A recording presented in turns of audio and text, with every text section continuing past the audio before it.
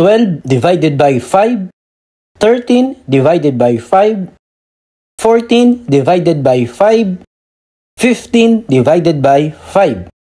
Sa lahat po ng mga ka-review na gustong sumali sa logo contest or kung meron kayong talent sa pag-e-edit ng logos, please comment nyo ang mga idea na logo nyo.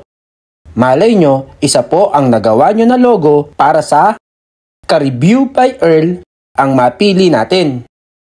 Salamat mga ka-review and good luck!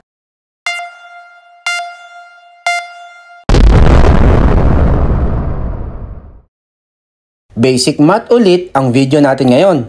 At syempre, alam ko na nasagutan yung lahat ng tama yan. Kaya naman, may ibang way ang ituturo ko sa inyo. Please watch the full video.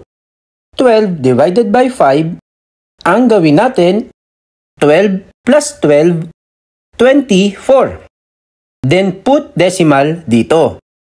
12 divided by 5 equals 2.4. 13 divided by 5. 13 plus 13, 26. Put decimal. 13 divided by 5, 2.6. 14 divided by 5. 14 plus 14, 28. Put decimal. 14 divided by 5, 2.8. At ang huli, 15 divided by 5. 15 plus 15, 30. Put decimal. 15 divided by 5. 3.0 or simply 3.